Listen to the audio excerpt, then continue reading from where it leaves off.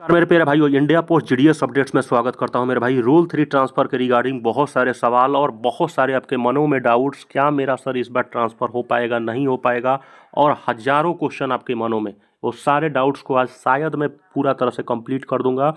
आपके मन के वहम और मन के अंदर जितनी भी सवालें पैदा कर रही होंगी, शायद आज इसके वीडियो में, छोटी सी वीडियो है, पूरे वीडियोस को अंत तक देख के जाइए और सारा 100% आपका डाउट्स क्लियर कर देंगे मेरे भाई।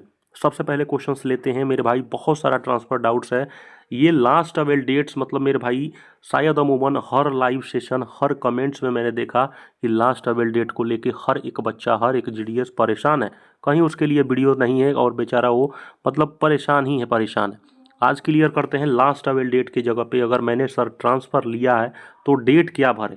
सबसे पहले समझ लो, लास्ट अवेल डेट वहीं लोग जीडीएस भरेंगे जो पुराना एक पहले ट्रांसफ़र कभी ना कभी वो ले लिया है।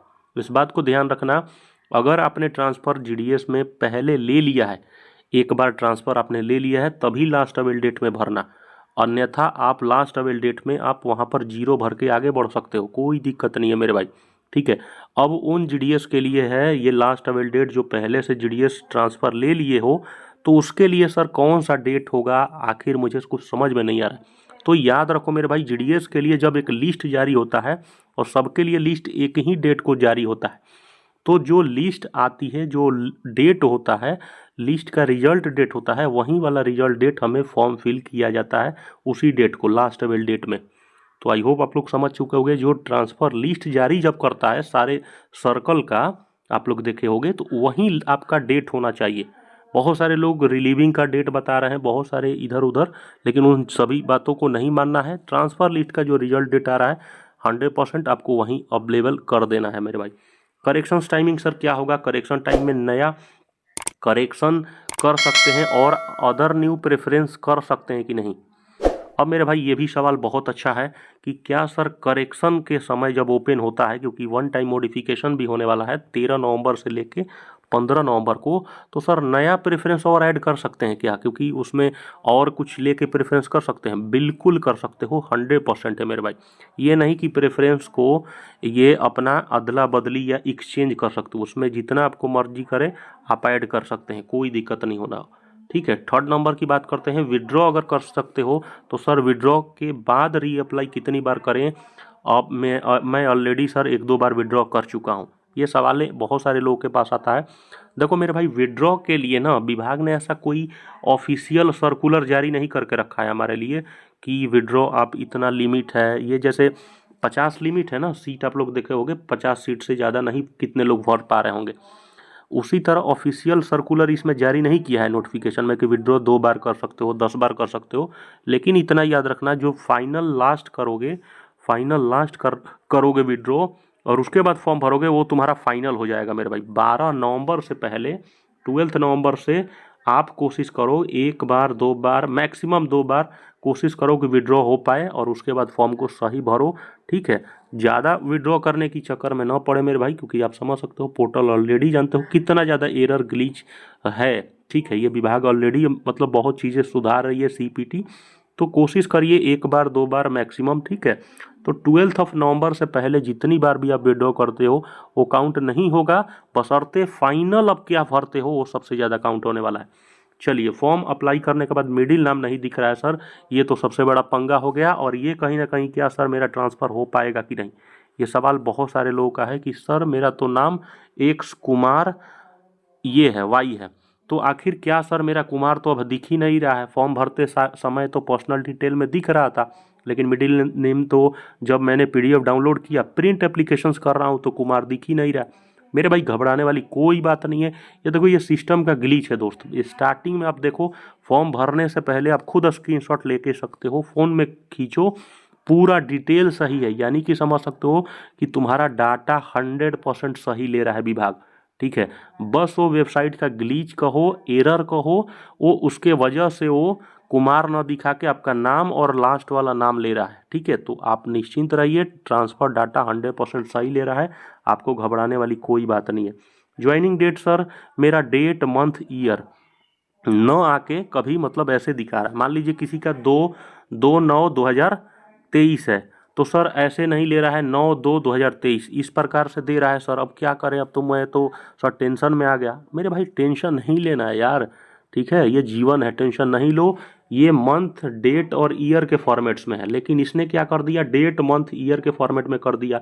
सर ये तो बहुत बड़ा पंगा हो गया। घबराने वाली कोई बात नहीं है, ये सिस्टम का ग्लिच है, आपको घबराने वाली बात नहीं है। आप जब ट्रांसफ़र में सबमिट मारोगे, सबमिट मार के OTP कंफर्म मारोगे, तो प्रिंट एप्लीकेशंस करोगे, तो फाइनली आपका ज्वाइनिंग डेट सही फॉर्मेट में ऑटोमेटिक आ जाएगा। आपको घबराने वाली, ये चिंता करने वाली कोई ज़रूरत नहीं है मेरे भाई। चैनल को आप सब्सक्राइब कर लो दोस्त, आपसे बहुत मेहनत लगता है। अब देखो, ट्रांसफ़र लेने से सर क्या सीनियरिटी कम हो जाती है क्या? ये बिल्कुल सत्य है दोस्त। ट्रांसफ़र अगर आप किसी भी डिवीज़न में, सर्कल में, कहीं भी आप ट्रांसफ़र लेते हो, तो आप जहाँ जिस डिवीज़न के हो, सपोज डैट आप एक डिवीज़न के हो, एक सर्कल के हो, इसी सर्कल के और डिवीज़न में हो, अगर आप दूसरे सर्कल में जाते हो, कोई वाई सर्कल में, तो वहाँ पे आप जाओगे तो यहाँ से आपकी जो सीनियरिटी है, यहाँ पर इस जगह पे कम हो जाती है। लेकिन आप याद रखना, ये आपके मन का वहम मैं दूर कर देता हूँ मेरे भाई। ये आपको प्रमोशन में जितना दिन आपने पिछली बार एक जगह पे काम किया है, ये टोटल काउंट होगा वाई के लिए, ठीक है। वाई में अगर आप प्रमोशन लेते हो, एक एक दिन जितना आप एक सर्कल में आपने गुजारा है, एक एक दिन काउंट होगा। खास करके आपके MTS प्रमोशन, PA प्रमोशन, या बशर्ते जितने भी लेवल की प्रमोशन करते हो, एक एक दिन का काउंट होता है। जब से आपने डेट ऑफ इंगेजमेंट के लिए, ज्वाइनिंग के लिए ट्रांसफ़र में चार्ज रिपोर्ट भरा, वहाँ से काउंट हो जाती है सीनियरिटी। हाँ, लॉस होती है, इस चीज़ को याद रखना है। ईमेल आईडी इशू है सर, क्या करें? ईमेल आईडी तो वहाँ पर मेरा प्रॉब्लम किया, खुद हम लोग का ईमेल आईडी प्रॉब्लम था दोस्त, ये आप समझ सकते हो। खुद हमारा ईमेल आईडी ये इशू था, आप समझ सकते हो। मैं ये चीज़ इसीलिए मैंने ऐड किया। देखो दोस्त, ईमेल आईडी का बहुत सारे लोगों का इशू, घबराना नहीं है। देखो, विभाग खुद नीचे आप देखना मेरे प्यारे भाई, एडिट ईमेल का एक ऑप्शन दिया है। जब विभाग एडिट ईमेल का ऑप्शन दिया है, तो हमें क्यों घबराना है? एडिट ईमेल पे आप क्लिक करोगे, अपना ईमेल लगाओ, OTP मांगो और वेरीफाई हो जाएगा ऑटोमेटिक, ठीक है। अगर आपको दूसरा ईमेल आईडी ले लिया गया है, ठीक है, तो आपको घबराना नहीं है, ईमेल एडिट करो, आप आगे बढ़ जाइए। फॉर्म अप्लाई करने के बाद मेरा date of retirement, date of discharge गलत हो गया है। अब सर क्या होगा? फॉर्म में तो सही भरा था, डेट ऑफ रिटायरमेंट तो दिखा रहा था सही। ये भी बहुत सारे लोगों का क्वेश्चन है, और ख़ास करके 4 तारीख, मतलब 5 नवंबर से ये स्टार्ट हुआ है। 5 नवंबर से सबसे ज़्यादा स्टार्ट हुआ। 5, 6, 7 के बच्चे बहुत ज़्यादा परेशान थे। फाइनली अब धीरे धीरे ग्लिचे जो बहुत, मतलब जो भी थे, ख़त्म हो चुका है। डेट ऑफ रिटायरमेंट ज्वाइनिंग से मेरे भाई घबराने वाली कोई बात नहीं है, ये सिस्टम का ग्लिच है दोस्त। और वैसे भी हमेशा TRCA और लेबल वगैरह सब कुछ, वो सब चीज़ें देखा जाता है, हमेशा डेट ऑफ ज्वाइनिंग वगैरह देखा जाता है।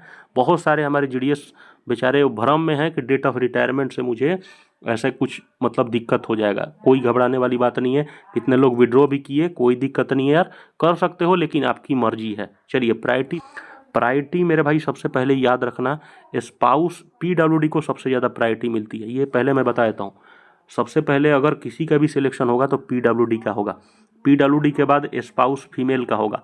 किसका होगा? स्पाउस फीमेल, महिला जो स्पाउस, ठीक है। उसके बाद स्पाउस मेल का। उसके बाद किसका होगा? तो उसके बाद आपको बता देता हूँ, फीमेल का होगा, फीमेल GDS। और उसके बाद मेरे भाई मैं बता देता हूँ, डेट ऑफ ज्वाइनिंग का होगा, फिर डेट ऑफ बर्थ का। मतलब मेरे भाई ये समझ सकते हो, ये सब चीज़ें अगर जो जनरल से भरे हैं उनके लिए नहीं है, लेकिन याद रखना जो जनरल से भरे हैं, डेट मतलब जनरल ग्राउंड से, तो डेट ऑफ ज्वाइनिंग से ही सबसे ज़्यादा मेल खेल है। डेट ऑफ ज्वाइनिंग आपकी जितनी ज़्यादा हार्डर होगी, जितना पुराने होंगे उतना आपका ट्रांसफ़र हो जाएगा, ठीक है। अगर डेट ऑफ ज्वाइनिंग किसी 2 भाई की सेम हो गई तो डेट ऑफ बर्थ देखा जाएगा और उसके टाइम आपका ट्रांसफ़र हो जाएगा। एम्प्लॉय कैडर में ये सिचुएशन भी, ये भी देख रहा हूँ कि एम्प्लॉय कैडर वहाँ पर छोड़ दिया है, आप देखे होंगे कितने लोग का। तो ये भी यार सिस्टम का ग्लिच है, घबराने वाली कोई बात नहीं है। चैनल को सब्सक्राइब करके ज़्यादा से ज़्यादा शेयर करो। धन्यवाद लोही साथ।